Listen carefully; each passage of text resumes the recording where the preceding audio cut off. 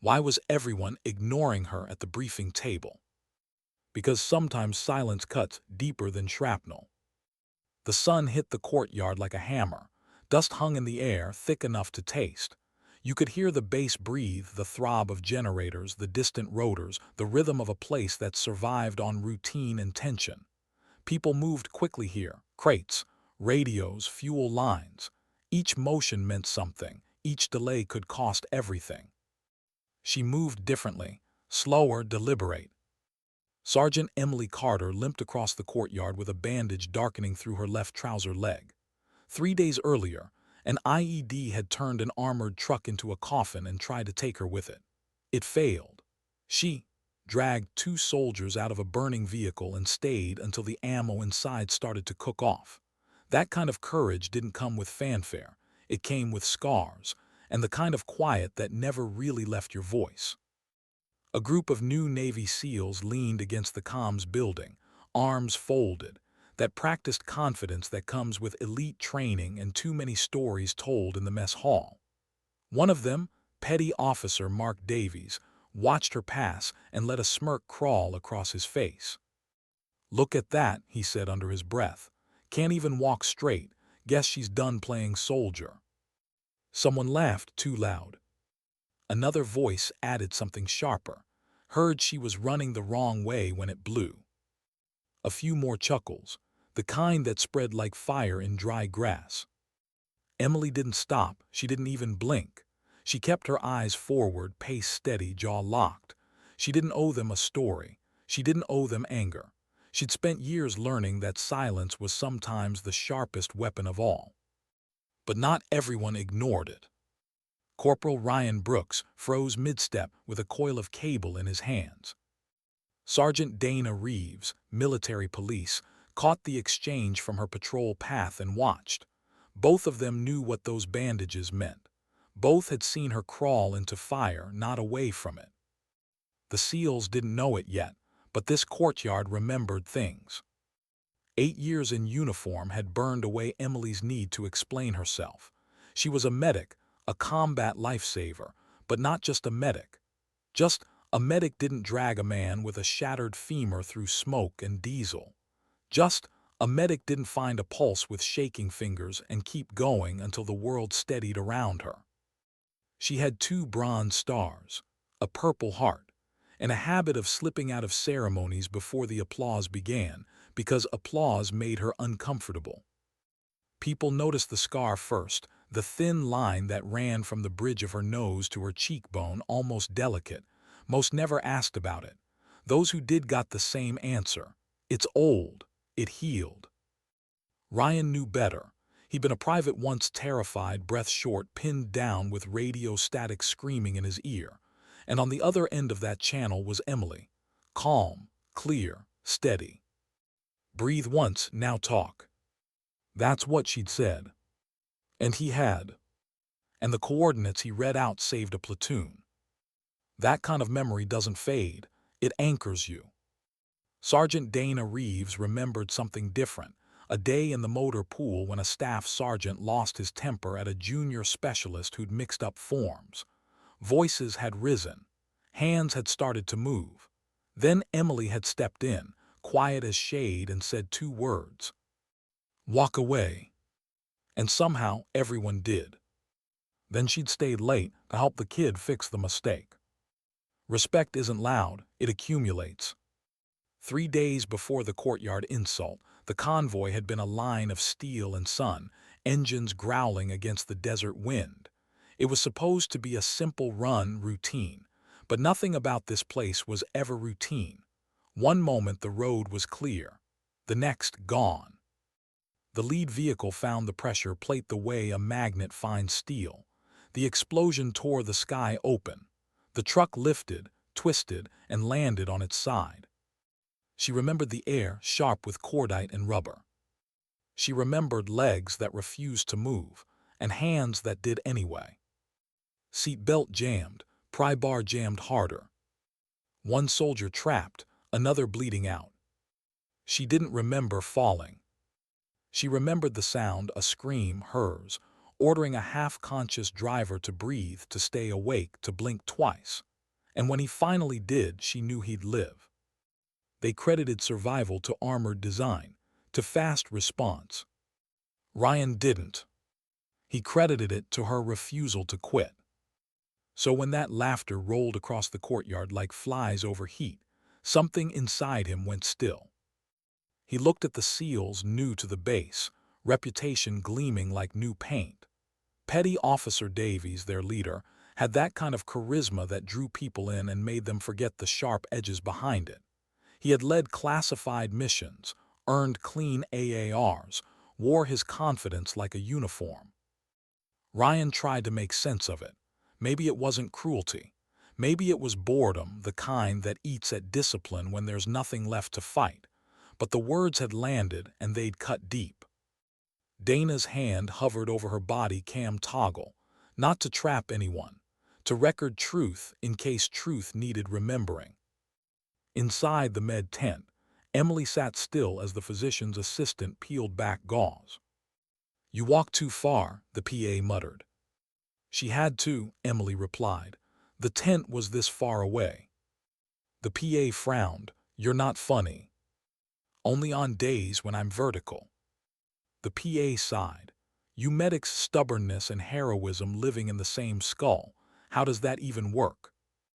"Uneasy roommates," Emily said softly.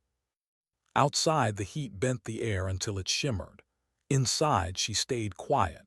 She didn't tell anyone what she'd heard. She didn't need sympathy, and she didn't have time for rage. There were wounds to clean, forms to file, and an ache in her bones that hummed like a low note through every movement. But information on a base travels differently. It doesn't move, it arrives. It lands in ears already tuned for rumor. By sundown, a mechanic in the motor pool knew what was said. A drone operator in the briefing tent had heard a version of it. By evening, the deputy base commander, Lieutenant Colonel Janet Morales, had a folder she hadn't asked for but couldn't ignore. Morales had a voice like a blade, sharp when needed, careful otherwise. She was 5'6" but carried herself like command itself. Before she even opened the report, she remembered an email.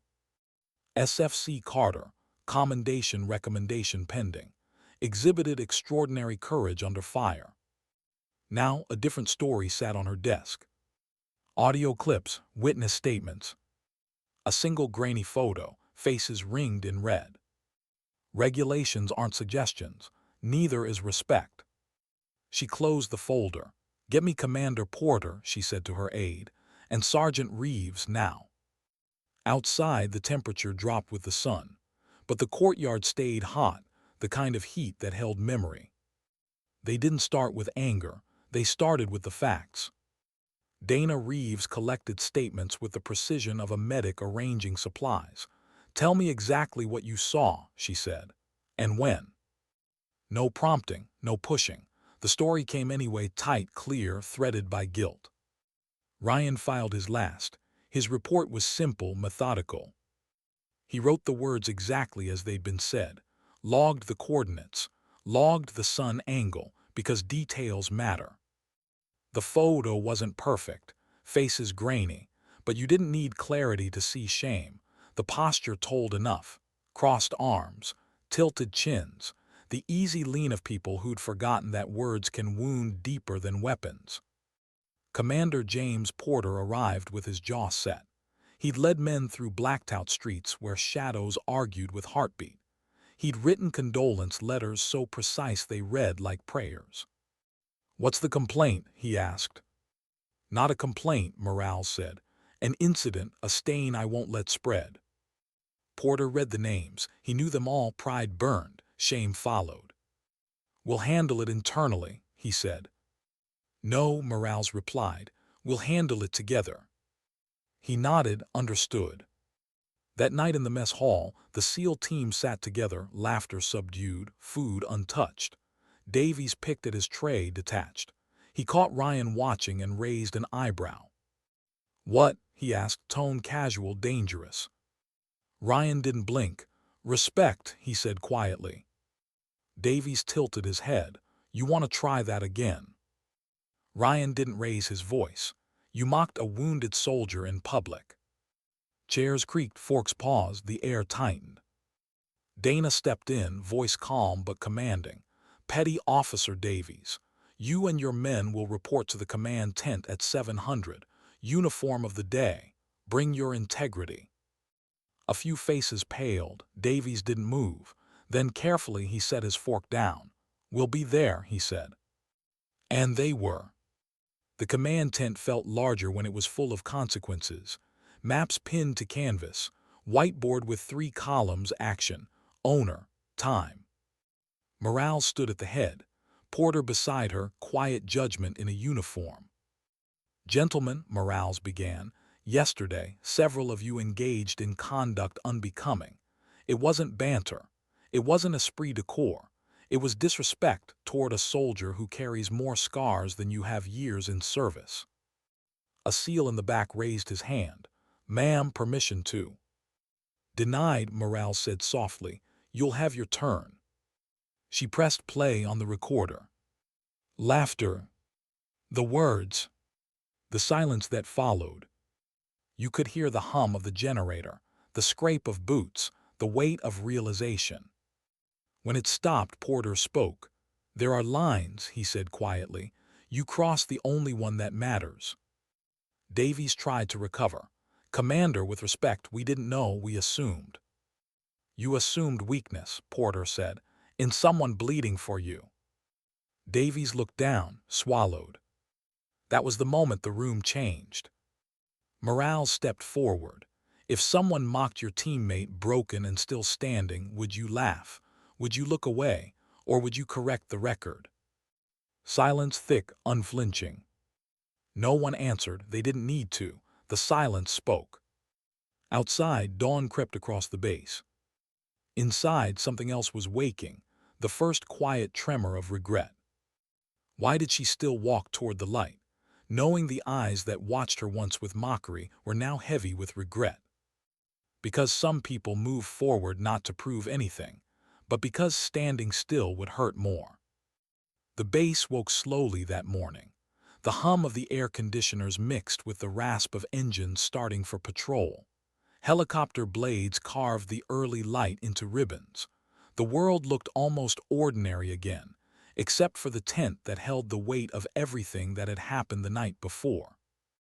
Inside, the air had cooled, but the silence hadn't. The SEALs had left the hearing with faces pale, steps careful. Words had been said that couldn't be unsaid. Lines had been drawn that couldn't be crossed back. Porter and Morales stayed behind, the tent flaps swaying like lungs catching their breath. "You think they understand?" Porter asked quietly. Morales didn't look up from the file she was closing. "Understanding isn't the goal," she said. "Change is." He nodded. "They'll learn." "Only if they look at the right teacher," she replied. Outside, that teacher was sitting on a metal stool in the medical tent, threading a new roll of gauze through a dispenser. Her bandage was fresh, but her leg still throbbed, a pulse that didn't match her heartbeat. She ignored it. Pain was part of the rhythm now. "Sergeant Carter," the PA called. "You're supposed to be resting." "I am," she said. "Vertical again." "Partially." The PA sighed. "You know, some people heal faster when they let themselves stop." She smiled faintly. "And some people fall apart when they do." The PA wanted to argue but didn't. Some people were built for stillness. Emily was. Across the base, Ryan was coiling more cable than necessary, not because the job needed it, but because his hands needed something to do. The words from last night replayed like static he couldn't clear. He'd seen arrogance before, disrespect before, but something about this had cut too close. It wasn't just what they said. It was who they said it about. He looked up when Dana Reeves walked by. "How'd it end?" he asked. "Not done yet," she said. "Command still deciding the next step." "They'll get theirs," he muttered. Dana stopped. "That's not the point." He frowned. "What's the point then?" "That they learn to do better," she said. "Not that they hurt." Ryan exhaled, rubbing the back of his neck. "You really think they'll change?" "I've seen worse men find their way back," Dana said softly. but not without help. She didn't mean sympathy. She meant accountability, the kind that doesn't come with applause. By late morning, word had spread. Not about the punishment no one knew yet, but about the confrontation. The story grew in whispers, the courtyard, the insult, the hearing. Everyone knew pieces, no one knew all. And the one person who could have answered every question, she wasn't talking. Emily spent the next few hours inventorying supplies, her crutch leaning against the table, her eyes scanning through a checklist she'd already memorized. Movement helped her think. Stillness made the past louder. When the flap opened, Ryan stepped in hesitant. I mean, Sergeant, he corrected quickly. She looked up, eyebrow raised. You're learning. He held out a clipboard.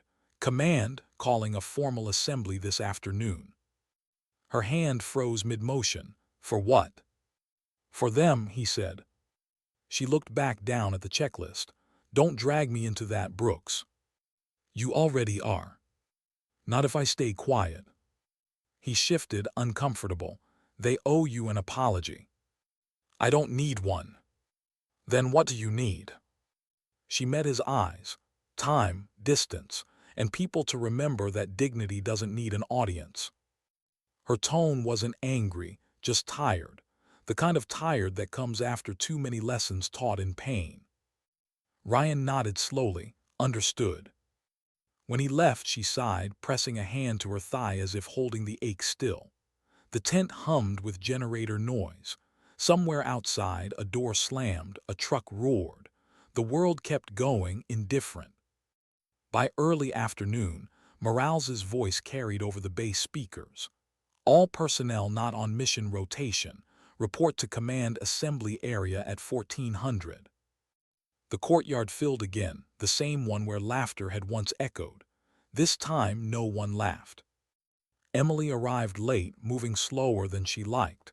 She hadn't planned to come, but the PA had insisted she at least step outside. Vitamin D, they'd said, and perspective. She leaned on her crutch, staying at the edge of the crowd. At the front, Morales stood beside Commander Porter. Her uniform was immaculate, but her expression wasn't ceremony, it was weight. When the SEALs marched in, heads high but hearts lower, the air shifted.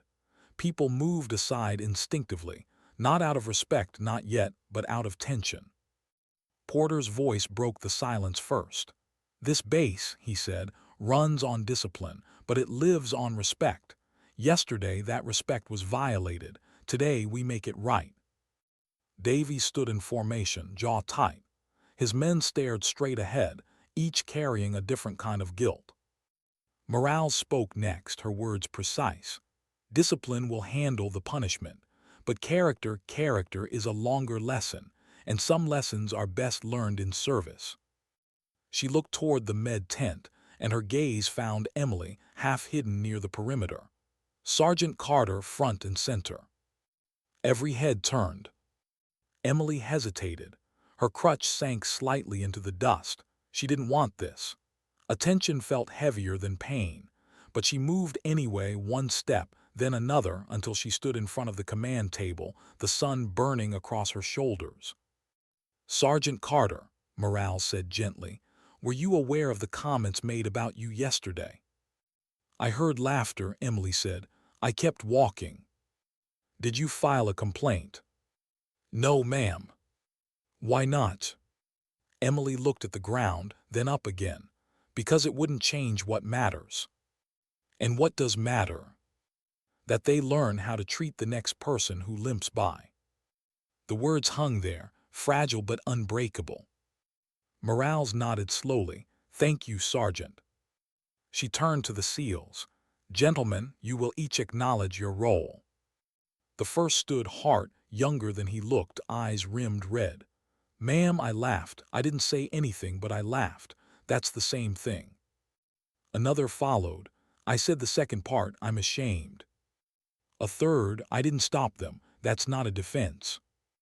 Then Davies. His voice came quieter than anyone expected. I let it happen. I meant it as a joke. It was, I own it. Porter stepped forward, gaze steady. Do you understand who you mocked? Davies swallowed. I do now, I should have known already. Why? Morales asked softly. He took a breath. Because a limp is a chapter, not a punchline. That line landed differently. No one moved. Morales opened a file and read a single paragraph from Emily's commendation, her actions under fire, the soldiers she saved, the lives she refused to leave behind. The words carried weight because they were simple, true. Then Porter turned to his men. Years ago, he said, this woman kept one of my men alive in a hangar that smelled like jet fuel and fear. Yesterday, she kept another alive in a courtyard that still remembered your laughter. He stepped toward Emily, voice lowering. Sergeant Carter, I owe you twice. Then without ceremony, he raised his hand in salute, precise, unflinching. Every muscle in the courtyard seemed to pause. Emily hesitated, then returned the salute, slow, deliberate, her injured leg trembling. The silence that followed wasn't empty. It was reverent. When she lowered her hand, no one spoke. Goosebumps rose like tiny acknowledgments. Morales closed the file. Disrespect was public, so is accountability. She turned to Davies. Petty officer, you will be reassigned a 1-grade demotion, removal from special operations, placement in rehabilitation support rotation. You will learn what pain looks like up close. Davies nodded once, understood. To the rest of you, she continued, letters of reprimand, culture retraining, mandatory service in rehab clinics. You'll serve the wounded before you serve yourselves. No one objected. When the assembly ended, people didn't cheer. They didn't clap. They simply stepped back and let Emily walk past. Ryan met her near the edge. You okay? He asked quietly. I will be, she said, eventually. Dana approached from the other side, her body cam off, her tone soft. You changed this place today. Emily shook her head. No, it changed itself. I just kept walking. The courtyard shimmered again, same dust, same light, but something had shifted. The air felt lighter, the silence cleaner. Later that evening, Ryan sat alone outside the comms building, listening to the generators. He typed a message to his mother. We're good here. People are remembering who we are. In the med tent, someone had taped a new hand-lettered sign near the entrance. No one claimed it. No one had to. Strength walks softer than you think. Someone had underlined softer twice. Why did he still show up, even when no one told him to? Because shame alone breaks a man. Service rebuilds him. The first morning of reassignment began with the kind of silence that follows thunder. The rehabilitation center sat on the far edge of the base, away from the roar of engines, away from the noise of operations. Out here, things moved slower. Wounds took their time learning how to close. Davies arrived before sunrise, sleeves rolled, uniform crisp. He didn't know what to expect. The sign outside read rehabilitation and reintegration, authorized personnel only. For the first time in years, he wasn't the one being called authorized. Inside, the air smelled of antiseptic and coffee that had been reheated too many times. The nurse at the desk didn't look impressed by trident pins or special warfare patches. She looked up once, clipboard in hand. You're the SEAL, she said flatly. Yes, ma'am. You're late. It's 5:30. I open at 500, you're late. Davies swallowed a reply and nodded. Understood. Good, you'll start with vitals and water refills. You'll shadow until you learn what not to touch. Yes, ma'am. Her name tag read M. Patel. She was small, sharp-eyed, and built entirely from professionalism. He moved through the rows of cots, men and women in various stages of recovery, missing limbs, missing sleep, some missing the will to talk. He'd seen wounds before, but never this long after the blast, never this raw without the noise of combat to drown them out. He filled water. He checked oxygen lines. He changed bedding. His shoulders ached by noon, not from weight but from the realization that no one cared what he used to be. In the next aisle, a soldier with a prosthetic leg was arguing gently with a therapist about balance work. "It feels wrong," the soldier muttered. "It's not wrong," the therapist said. "It's just new." Davies looked away, throat tight. For the first time in a long time, he felt out of uniform in a uniform. At 1600, Nurse Patel handed him a stack of charts. "These are your evening rounds. Don't mix the meds. Don't improvise. Don't be a hero." "I wasn't planning on it." "Good," she said. "You're learning." When he left that night, the horizon was bleeding orange and red. He stopped outside the door and exhaled. The hum of the bass felt distant now. For the first time, he didn't feel like a warrior. He felt like a man starting over. Back at the med tent, Emily was working later than she should have been again. Her crutch leaned against a stretcher. She was standing, weight uneven, repacking trauma kits. Ryan ducked in. "Doc, it's after 1900. You ever go off duty?" "I tried once," she said. "Didn't take."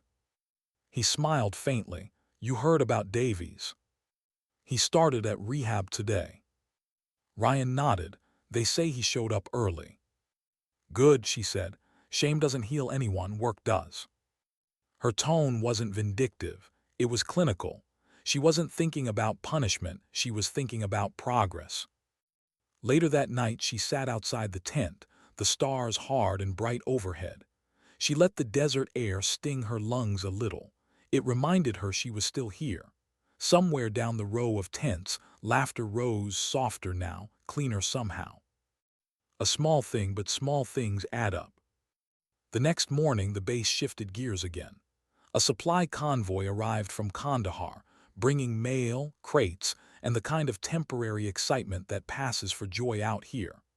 Morale stood at the edge of the loading zone, clipboard in hand, overseeing transfers. She watched people move, efficient, alert, more respectful in their silence than any salute could express. The incident had traveled beyond rumor now. It had become lesson. She could see it in posture. The small courtesies had returned, backs straightening, voices lowering when medics walked past, laughter trimmed to decency. Porter joined her, sunglasses cutting the glare. "They're different," he said quietly. "They're better," Morales replied, "for now." "For now." "Culture's like muscle," she said. "You don't maintain it, it atrophies." He nodded, thoughtful. "You ever think about how thin the line is between pride and poison?" "Every day," she said. "That's why I write things down." She tapped the folder under her arm. On the cover, a single name, Carter E. At the rehab center, Davies was mopping the floor when a voice called from a nearby bed. "Hey, sailor." He turned. A sergeant lay propped up on pillows, one arm in a sling, one leg replaced by steel and carbon fiber. His eyes were sharp, alive. "Name's Heller," the man said. "You here for court-ordered humility training?" Davies froze, something like that. Heller grinned. "Good, we all need it." Davies hesitated, then stepped closer. "You need anything?" "Yeah, someone to tell me this pain is going somewhere." Davies looked at him for a long moment. "It is, just not as fast as you want." Heller's grin softened. "You talk like you've been there." "I haven't," Davies said. "That's the problem." By the end of the week, Davies had stopped counting the hours. He stopped checking the clock at all. His hands learned new rhythms, rolling gauze, adjusting pillows, steadying shoulders during physical therapy. Patel still didn't compliment him, but once she handed him a cup of coffee without a word. That was enough. At night, he wrote letters he didn't send, one to his father, one to his team, one to the woman whose silence haunted him. He deleted each one after reading it twice. Meanwhile, Emily was walking again, slower but more confident. The limp was still there, but it no longer defined her. She started teaching new medics how to manage adrenaline, how to find calm inside chaos. "Your pulse is lying to you," she told them. "Don't trust it, trust your training." She didn't talk about the IED or the SEALs or the hearing. She didn't need to. Her presence said enough. Dana Reeves dropped by one afternoon, a folder under her arm. "Commands updating your file," she said. "Commendations official now." Emily sighed. "They're still making noise about that." Dana smirked. "Not noise, recognition." "Same thing." "Maybe," Dana said, "but this time it's deserved." Emily shook her head. "I didn't do it for a medal." "I know," Dana replied. "That's why you deserve it." Across the base, people had started to refer to her by a new name, quietly, respectfully: Doc Carter. It wasn't official. It didn't need to be. It was the kind of name that's earned in whispers and passed along with gratitude. The following week, Morale stopped by the rehab center unannounced. Patel met her at the door. "If you're looking for the SEAL, he's cleaning the tanks," she said. "Still here?" Morales asked. "Still here, even on his off days." Morales walked through the rows, nodding to patients. When she reached Davies, he was wiping down equipment, sweat darkening his collar. "Commander," he said quickly, standing straighter than necessary. "At ease, petty officer," she said. "I'm not here for inspection." He nodded, unsure what else to do. "I wanted to see how you were adjusting." "I'm learning," he said, "how to be useful without being loud." She studied him for a moment. "Good start."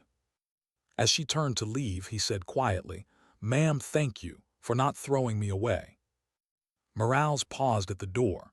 "People only stay thrown away if they choose to," she said. When she left, Davies stared at the wall for a long time. Then he picked up another chart and went back to work. Weeks passed.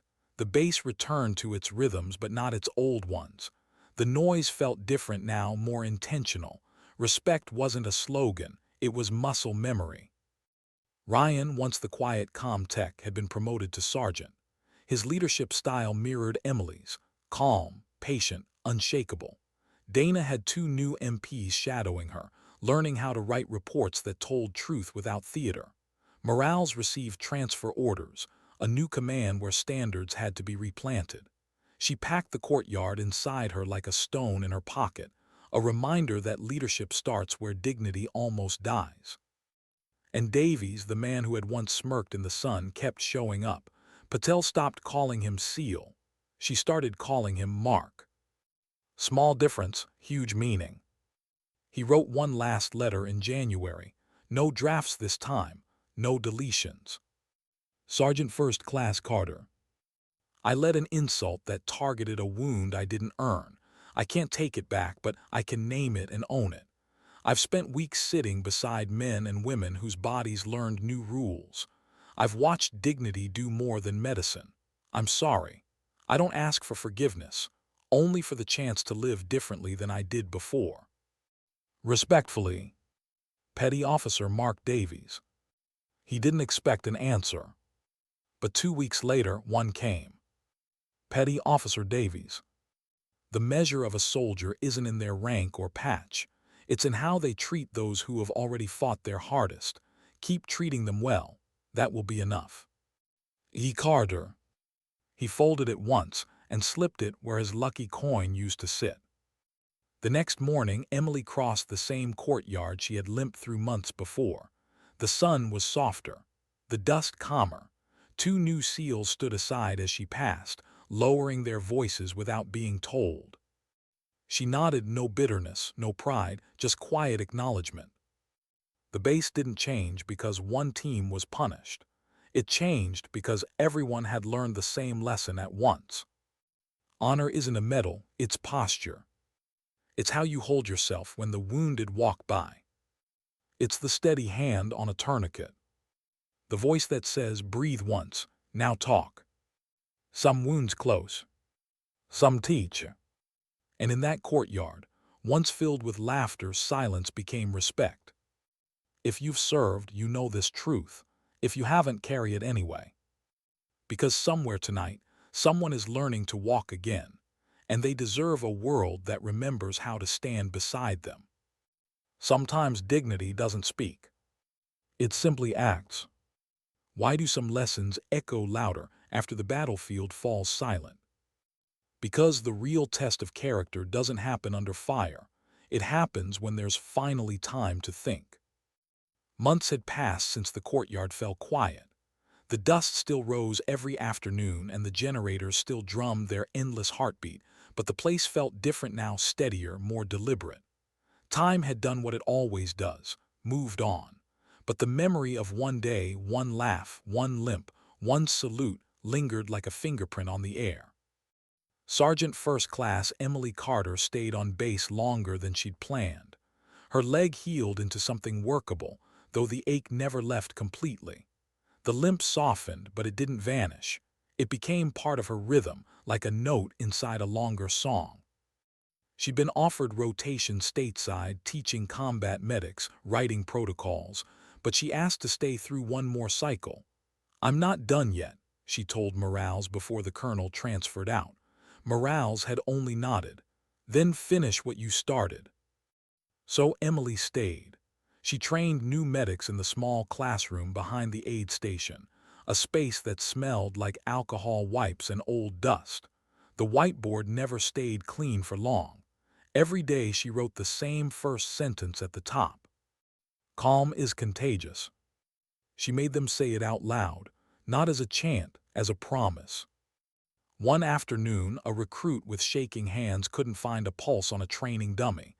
Emily leaned over, steady, unhurried. "Your fingers know before your head does," she said quietly. "Stop thinking, just feel." The recruit blinked, nodded, tried again, found it, smiled through the sweat. "That's it," she said. "That's how you keep someone alive." Outside the classroom, the walls were covered in taped-up photos. Old teams, field clinics, smiling faces blurred by motion. In one corner hung a single hand-lettered quote written by a student who'd since deployed. "She doesn't shout, she steadies the world. Anonymous." Emily had tried to take it down twice. The medics kept putting it back up. Eventually she stopped arguing. Some truths didn't need modesty. Ryan Brooks had changed too. Promotion came fast once people realized his calm wasn't borrowed, it had been forged. He ran the communications shack now, responsible for keeping entire convoys connected through chaos. His desk carried a note from Emily, laminated and pinned above the switchboard. "Breathe once. Now talk." On bad nights, when comms flared and the noise turned human voices into panic, he'd glance at the words and his breathing would reset. He wrote to his mother every Sunday. The letters had gotten shorter, simpler. "We're good. The base is quieter. People listen more than they talk." Once he sent her a photo, the courtyard at sunset, empty but peaceful. She framed it. Sergeant Dana Reeves stayed in the MPs, promoted to staff sergeant. Her reports were legend now, clear, unemotional, impossible to argue with. She trained 2 new MPs the way Emily had trained medics, slow, methodical, relentless about truth. "Don't chase drama," she told them. "Chase detail. That's how you honor people, by writing them accurately." Her body cam stayed on more often than not, but she used it differently now. Less to catch wrongdoing, more to protect fairness. "If you record everything," she said, "you don't have to raise your voice." Sometimes she walked the courtyard alone at night, flashlight off, listening to the base breathe. She said it helped her remember why order mattered. Morales's new assignment took her to a training command 2 provinces away. Her office overlooked another base, bigger, louder, full of officers who hadn't learned the same lesson yet. She carried the courtyard file with her. It sat on the corner of her desk, labeled simply "Respect." When young lieutenants asked what it was, she'd tell them, "A case study in leadership." Then she'd hand them the folder, watch them read, and wait for their posture to change halfway through. It always did. In the evenings, she'd walk the perimeter road, thinking about Carter, about Reeves, about the way discipline and compassion could coexist if you let them. "You plant culture," she told Porter once, "one act at a time." Out here, she was still planting. And Porter himself, he stayed longer than any of them. Command had offered him promotion, stateside duty, a desk with less dust. He declined. "There's unfinished work here," he told the board. They didn't argue. He kept a picture of his old team in his quarters, the one Carter had saved years before. Sometimes he'd look at it, then at the list of names under his command now. Whenever a new operator arrived, he made them spend their first week not in the kill house, but in the rehab wing. "If you can't look pain in the eye," he said, "you have no business causing any." It became policy, informal at first, then standard. Other bases copied it. And Davies, the man who'd once smirked in the heat, he never left the rehab center. His punishment ended long ago, but he stayed as a volunteer. The nurse, Patel, eventually stopped calling him Mark. She started calling him Chief, not as rank, but as respect. He still wore his uniform, but the trident patch was gone. In its place, a plain name tape. He said he'd earn the rest later differently. Some nights he'd sit beside the men learning to walk again, helping them tighten prosthetics, listening to them talk about everything except pain. They trusted him, maybe because he didn't pretend to understand. He just stayed. Once, late in the evening, he heard laughter, soft, careful laughter from the far end of the ward. A soldier with burns up his arms was joking with a nurse about shaving cream. The sound startled him, not because it was out of place, but because it reminded him of the courtyard, how laughter can heal or harm depending on what it's built from. He smiled. Not many get to unlearn something so completely. One day, a visiting convoy brought supplies and with it, Emily Carter. She was traveling through to inspect field med readiness. When she walked into the ward, Davies froze. For a second, the years collapsed into that single blinding noon, her limp, his words, the silence afterward. But she smiled, small, tired, genuine. "Good to see you, Chief," she said. He straightened unconsciously. "You too, Sergeant First Class." Patel looked between them, and then pretended to check a clipboard. They walked the ward together, side by side, discussing patient flow, oxygen reserves, staffing shortages. It felt almost normal. When they finished, she turned toward the door. "You stayed," she said quietly. "Felt like the right thing." "It is." He hesitated. "You still limping?" "Only on bad days." He nodded. "We all got those." At the door, she paused. "You did good work here, Mark. Don't stop." He didn't know how to reply, so he just said, "Yes, ma'am." When she left, Patel leaned on the counter watching him. That was her. "Yeah. She's smaller than I pictured." He smiled. "She's not." That night he found himself writing again, but not letters this time, notes, lessons, reminders. Things he wanted to tell younger soldiers if he ever got the chance to teach. At the top of the first page he wrote, "Respect is not owed by rank, it's earned by conduct." He underlined conduct twice. By spring, the desert turned briefly green. The base buzzed with new units rotating in, young faces, fresh energy, the endless cycle of deployment. Most of them never knew about the courtyard. Stories fade faster than scars, but traces remained in tone, in posture, in how laughter softened when someone limped by. One evening, Emily stood at the edge of the same courtyard, watching the sunset bleed across the walls. Ryan approached quietly, 2 coffees in hand. "You ever think about that day?" he asked. She took the cup. "Sometimes." "What do you remember most?" "The quiet after," she said, "when they finally understood." He nodded, sipping his coffee. "It changed everything." "Not everything," she said, "just enough." Behind them, a group of new recruits were unloading crates.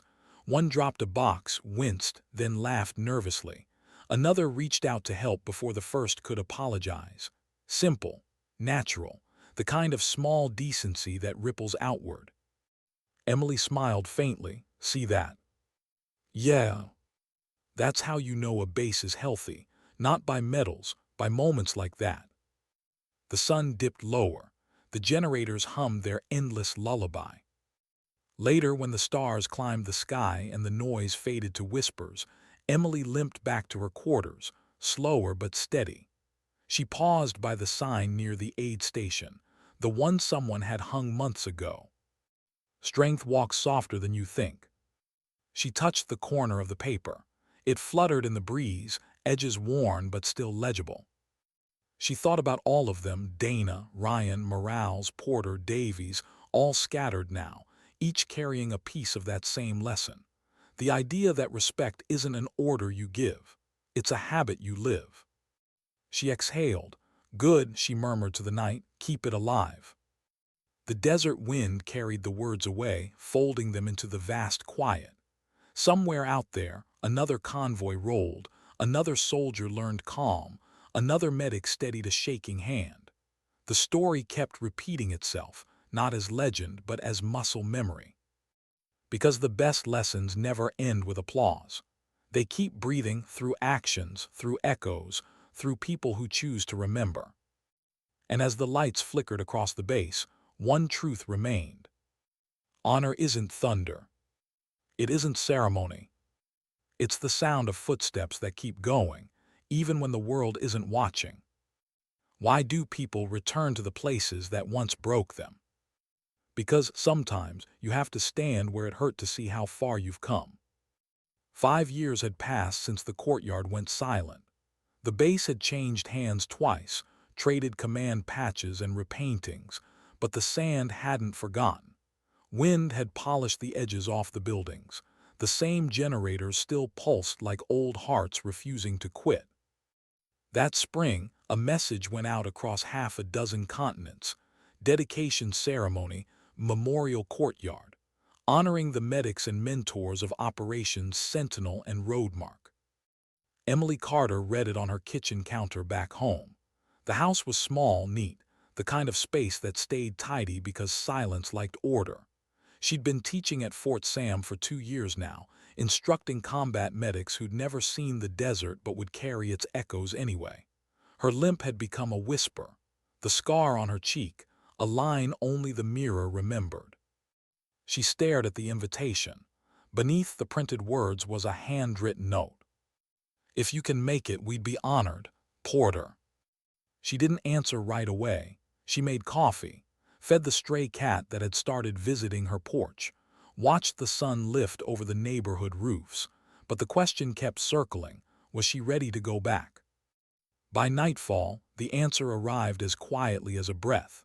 She packed one uniform, folded the letter into its pocket, and booked a seat on the first military transport heading east. The flight was long, the kind where time loses shape.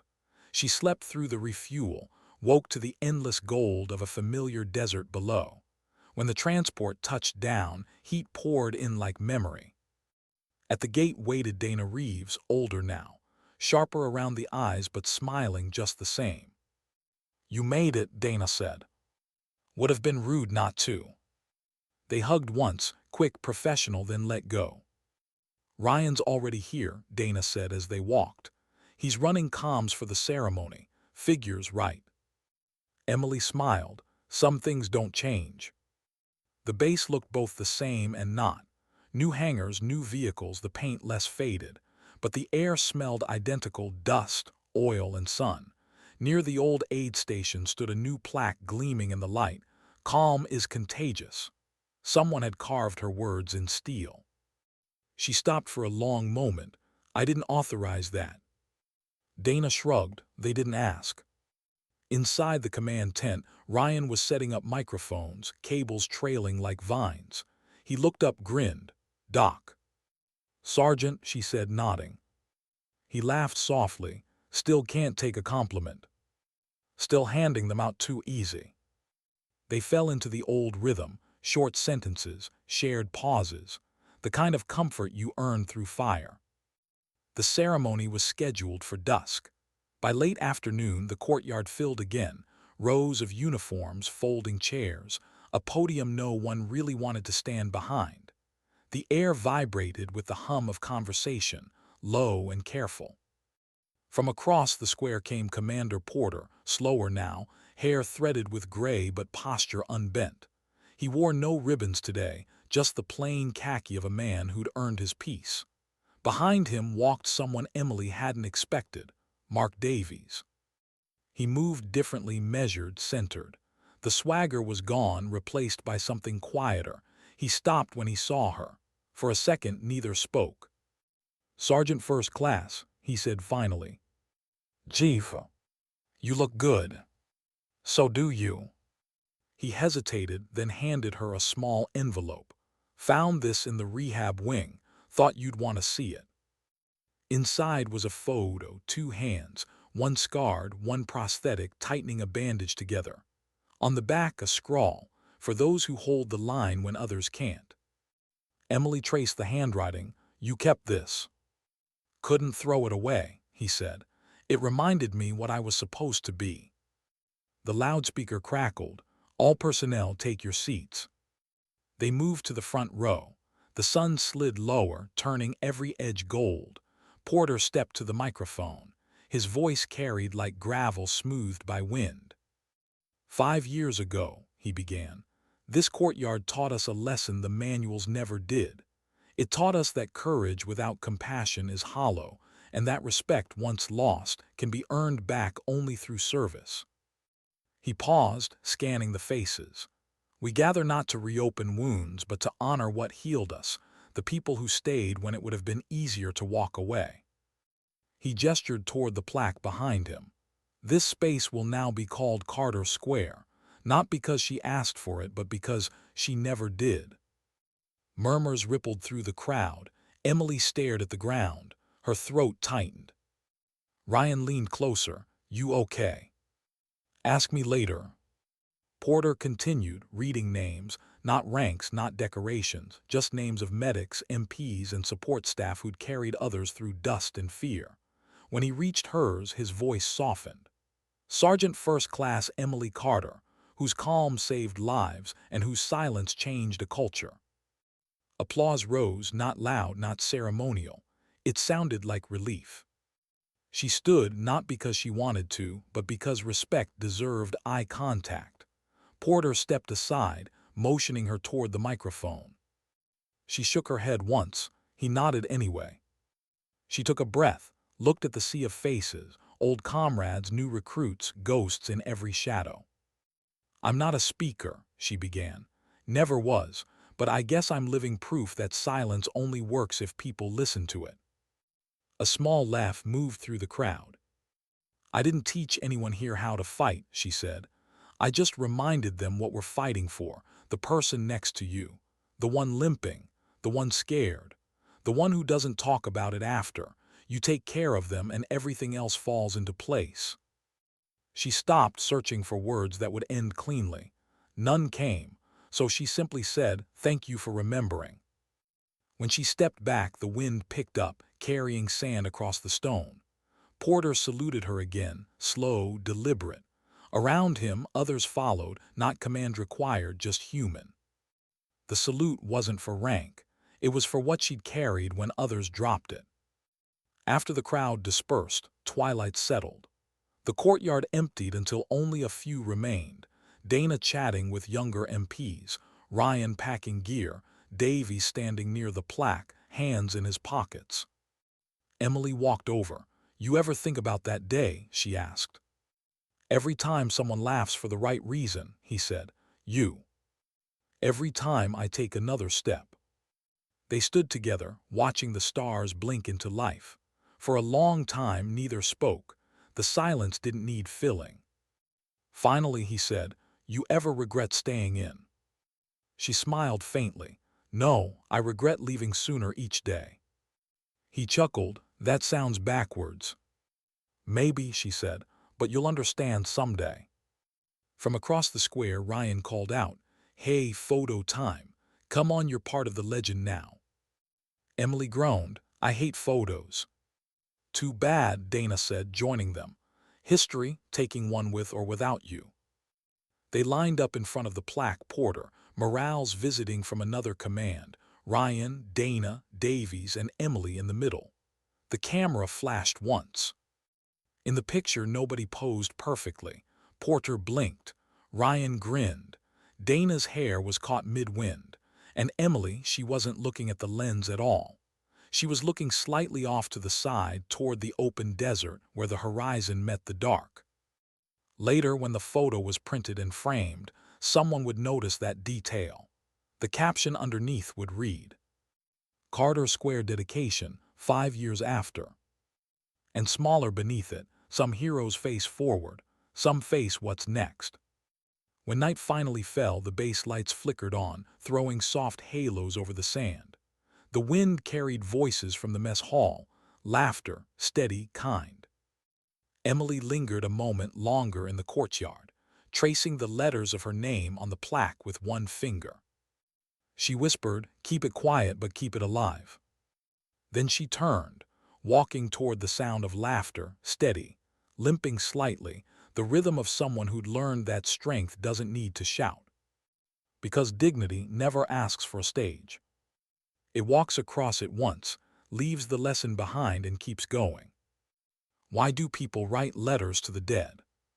Because some stories deserve to be spoken aloud, even when the listener is gone. The first letter arrived 3 months after the funeral. It came folded into a plain manila envelope, postmarked from a base halfway around the world. The handwriting was neat, careful, the kind of discipline that comes from someone used to briefing notes and call sign logs. To whoever keeps her things, it began, "Please add this to her file. She saved more than she knew."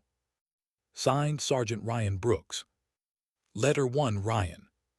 Ma'am, I taught the new comms class today. We started with radio check drills the same way she used to start everything: slow, patient, one breath before speaking. I told them what she told me once: calm is contagious. They laughed at first. Then they saw what happens when panic hits the net. One trainee froze, another panicked. I didn't shout. I said, "Breathe once. Now talk." The room steadied. Same as she did for me years ago. Her name on a plaque here, but the real memorials in the way they hold themselves when things go wrong. I guess that's what living legacy means. Respectfully, R. The letter joined a growing stack on the desk of Colonel Dana Reeves, now commanding officer at the same base where it all began. She kept the letters in a drawer she never locked. Some nights she'd open it just to remind herself that leadership wasn't theory, it was memory, passed hand to hand. Letter 2, Dana. Emily, you'd hate this ceremony they're planning. Too many speeches, too many cameras. But I said yes, because the story matters. Every year I tell the new MPs about the courtyard, not the punishment, not the shame, the quiet afterward. The look on those men's faces when they realize dignity isn't optional. Sometimes I still walk the perimeter at night. I can almost hear your voice saying, "Don't chase drama, chase detail." I still do. And when the younger ones ask what respect looks like, I tell them, it walks with a limp and never complains. Adi. She sealed it in an envelope addressed to herself and slipped it into the same drawer. Not for mailing, for remembering. Across the ocean at the rehabilitation center, Mark Davies still worked the late shift. He'd turned the empty supply room into a quiet corner filled with photographs, not of missions but of recovery, hands gripping parallel bars, smiles behind bandages. On the wall hung a single quote in faded ink: "Strength walks softer than you think." That night he sat at the nurse's desk and began to write. Letter 3, Mark. Sergeant First Class Carter. It's strange how the world sounds different when you stop trying to be impressive. The wards are full tonight, same hum of oxygen, same stubborn will to live. I tell the new corpsmen about you. I don't use your name at first. I tell them a story about a medic who walked past arrogance without flinching. When they ask what happened to her, I say, "She made us better than we deserved." I never asked for forgiveness because that's not how this works. But every time a soldier thanks me for sitting with them through the night, I think, that's one small piece paid back. Your letter's still in my breast pocket, the ink's fatting. I guess that means I've handled it too much. That feels right. Respectfully, MD. He folded the page, slid it into a folder marked Carter, E. Personal Effects Archive. Then he turned off the light and listened to the steady rhythm of machines breathing for the wounded, the same rhythm that had once guided her hands. Months later, at a stateside training center, a different voice took up the pen. The writer was a young medic named Corporal Lena Ortiz, one of Emily's last students before she retired. She had never seen combat yet, but she carried the tone of someone who understood its cost. Letter for Lena. I never met the version of you everyone talks about, the battlefield medic, the one who wouldn't leave the burning truck. I knew the teacher. You walked into class with a cane you pretended not to need and eyes that saw everything. You didn't tell war stories. You made us practice until calm felt like muscle memory. Last month I deployed. My unit hit an ambush on the road. I heard screaming, dust, chaos, and your voice, the one I'd only ever heard in training. Slow down, breathe once, now move. We did. We saved 3. The lieutenant called it luck. I called it you. They said you passed peacefully.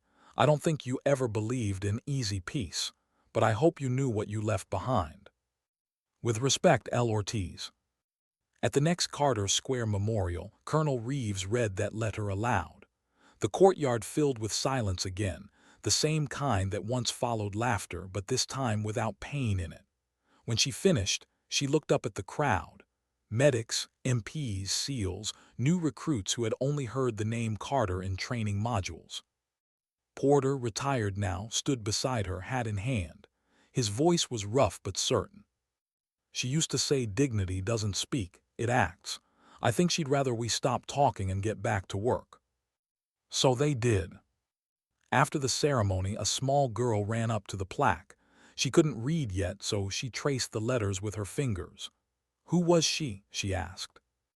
Reeves crouched beside her. Someone who made the world quieter and braver at the same time.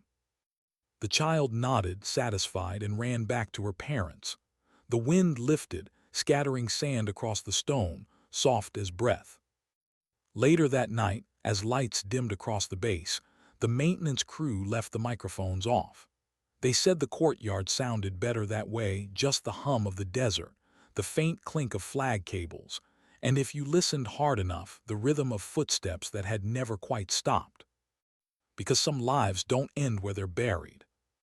They keep moving through the people they steadied, through the letters they inspired, through the quiet that follows when respect becomes habit.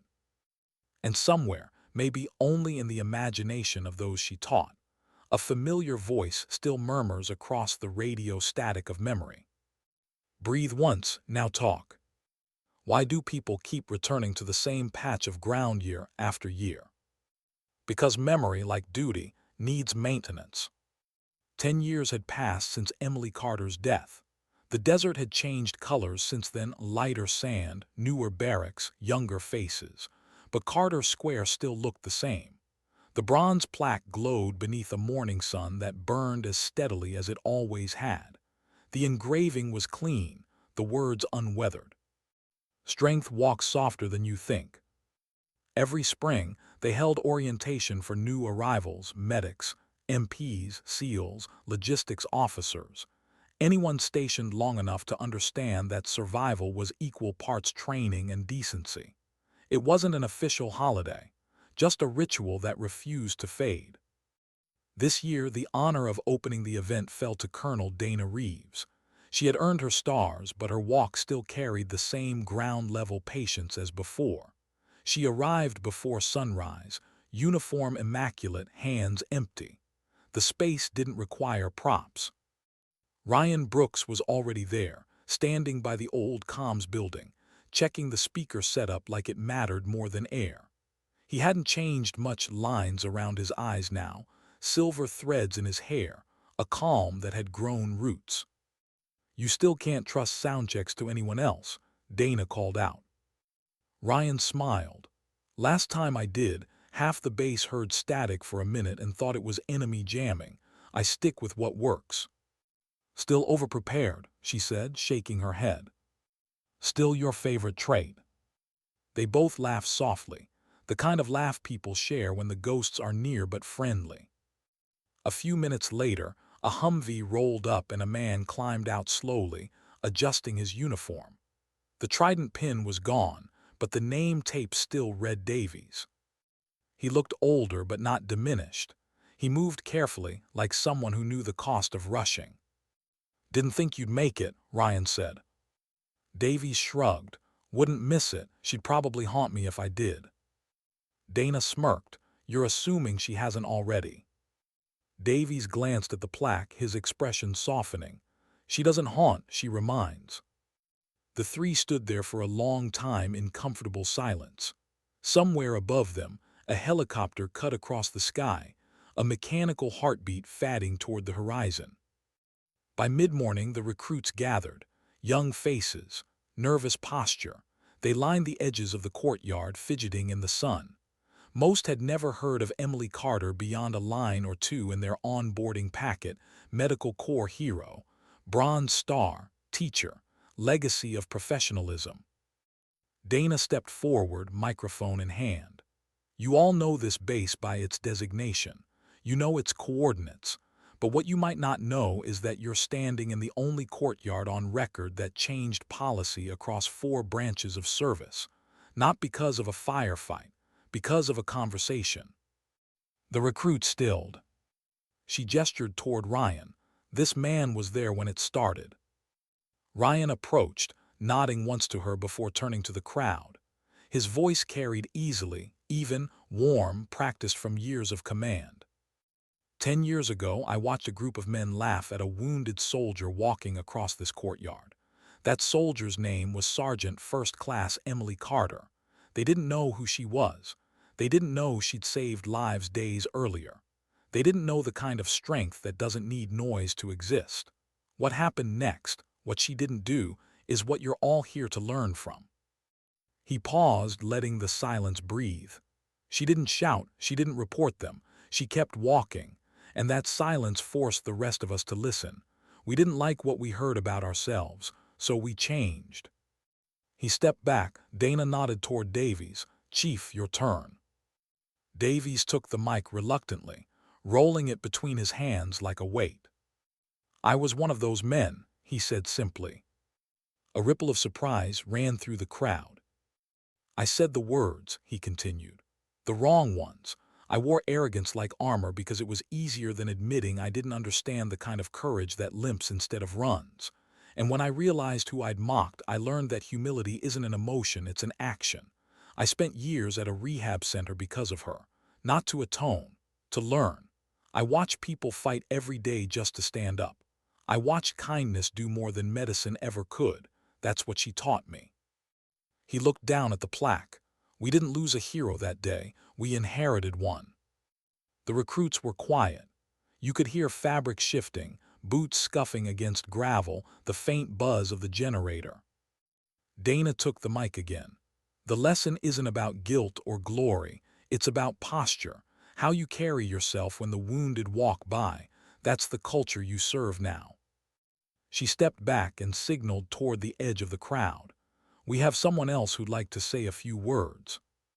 A woman in her late 20s stepped forward, wearing the insignia of the Medical Corps. Her name tag read Ortiz. Ryan smiled faintly.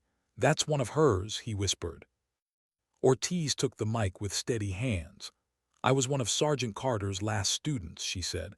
"I never saw combat before she died, but every time I treated someone under fire I heard her voice. Calm, patient, always saying the same thing: breathe once, now talk. I've said it to my own medics more times than I can count. It works every single time." Her voice caught for a second. She steadied it. "I never met the version of her you did, but I think I know her because she's here, in all of you. That's what legacy is, not memory, continuation." Dana placed a hand on her shoulder when she finished. "Well said." The ceremony ended without anthem or order. Just applause, quiet, sincere. The recruits broke formation and lingered in small clusters, speaking softly, as if volume itself might disturb something sacred. Ryan began packing the microphone cables. "You think they get it?" he asked. Dana watched the recruits helping each other move chairs, the way laughter softened instead of cut. Yeah, she said. I think they do. Davies knelt in front of the plaque, brushing dust from the edge. The sunlight caught the metal, lighting the engraved words as if newly cast. He whispered, still teaching, Sergeant. When he stood, Ryan handed him a folded photo, the old group picture from the dedication years ago, the one where Emily wasn't looking at the camera. She always faced what's next, Ryan said. Davies smiled faintly. Guess we should too. They walked together toward the mess hall. The recruits were already there, lining up for lunch, swapping stories, laughing easily. One of them bumped another and said, Hey, calm is contagious. It came out as a joke, but not really. The words had found their way into habit. Dana paused at the courtyard entrance, looking back one last time. The plaque gleamed, untouched except by sunlight. The air shimmered with heat. She imagined Emily standing there again, same bandaged leg, same steady gaze, not saying anything, just being. That's the thing about legacies, they don't end, they transfer. As she turned to follow the others, the narrator's voice, the kind that isn't heard but felt, might have said, the world will always have its noise, its arrogance, its hurry. But somewhere someone remembers to slow down, to breathe once, to talk with care, to steady what shakes, and that's enough to keep us human. The courtyard faded behind her, but the sound of it remained, the hum of generators, the murmur of respect, the footsteps of people who had learned that true strength doesn't command attention. It earns it quietly, one act at a time. And somewhere in the rhythm of those steps, you could almost hear her again. Not thunder, not applause, just calm, moving forward. Why do some stories end softly, like a breath instead of a drumbeat? Because the loud ones fade too quickly, but the quiet ones, they stay. The world has moved on. The war zones have shifted names. The bases have new numbers painted on their gates. But if you were to walk through Carter Square today, if you were to stand where the sand meets the sun, you'd still feel something in the air. Not sorrow, not pride, something gentler. Respect. The kind that doesn't need witnesses. I wasn't there when she limped through that courtyard years ago. I didn't see the laughter that died in men's throats. But I've walked through enough silence since to understand what it must have sounded like when the noise stopped. I've seen soldiers stare at their boots, realizing too late what they'd missed. I've watched others bend down to tie those boots for the one who couldn't. Small acts, simple gestures, invisible in reports, unforgettable in meaning. That's where the real wars are fought, not in gunfire but in conscience. Emily Carter didn't win battles, she restored balance. They gave her medals, but she never wore them in public. She said, medal fades, conduct doesn't. When she taught, she made them write one line at the top of every page. Calm is contagious. Not as mantra, as mission. And maybe that's what all of this was, not a war story, not a tragedy, not a legend, just a transmission of calm through time. One life steadying another. They still talk about her in classrooms, in mess halls, in the quiet between orders. Her students teach new ones now, and those new ones will teach others. None of them will ever know the exact sound her voice made, but they'll feel it, the way people feel the pause before an order, that one heartbeat where choice lives. The recruits at Carter Square today don't know the old names. They see plaques, photos, and the faint outlines of footsteps pressed into concrete. They see the woman in uniform in that old photo, the one not looking at the camera, and they ask, why? And someone always answers, she was looking at what comes next. I think about that sometimes, how rare it is to find someone who faces the horizon instead of the applause. The kind who measures worth not by victories, but by what stays upright when she's gone. There's a story they tell around here, not official, not written down. They say on certain nights when the wind hits just right, the generators hum in a strange rhythm, a calm, steady pulse.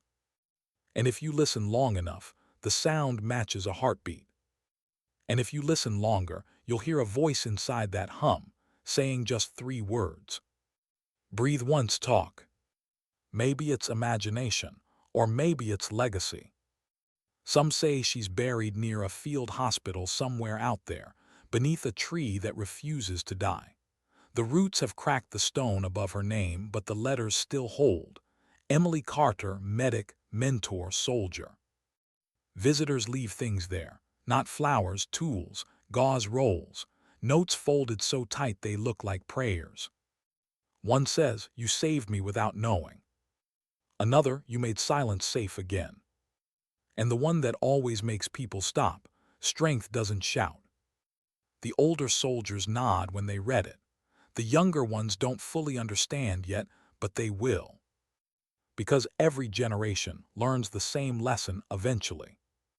That real power isn't in command, or punishment, or even survival. It's in restraint, in mercy, in the courage to walk past noise and let decency do the talking. I suppose that's why her story still echoes, not because it's extraordinary, but because it's human. Because somewhere in each of us is that same choice. To be cruel or to be kind, to react or to respond, to prove or to preserve. And sometimes, all it takes is one steady heartbeat to remind everyone around you how to act. When I think about Emily Carter, I don't imagine medals or uniforms or ceremony. I imagine a woman walking across a courtyard, sunlight cutting through dust, limp steady, eyes forward, a storm of laughter behind her that dies into silence. And that silence, that moment of reckoning, is the real monument. It doesn't need stone, it doesn't need flame. It lives in the pause before words, the steady breath before action, the kindness before judgment. You can feel it in hospitals, in classrooms, in homes where veterans teach their children to help the neighbor before themselves. You can feel it in the way a medic steadies a shaking hand, or how a police officer lowers their tone instead of raising it. You can feel it whenever someone chooses to listen before they lead. That's her still out there, in the gestures we overlook. Not a ghost, a standard. And maybe that's the real ending, not a story closing, but a principle surviving. Because legacies like hers don't need witnesses. They need participants. Maybe that's why we tell these stories, not to remember the fallen, but to remind the living how to stand. So if you ever find yourself in a moment of noise, when arrogance laughs and compassion hesitates, stop. Take one breath. Then act like she would. Because dignity doesn't argue. It doesn't beg for understanding. It simply stands up, calm, quiet, unbreakable, and keeps walking forward. And if you listen close enough, through the static of a restless world, you'll still hear her voice, soft, steady, alive. Breathe once, now talk.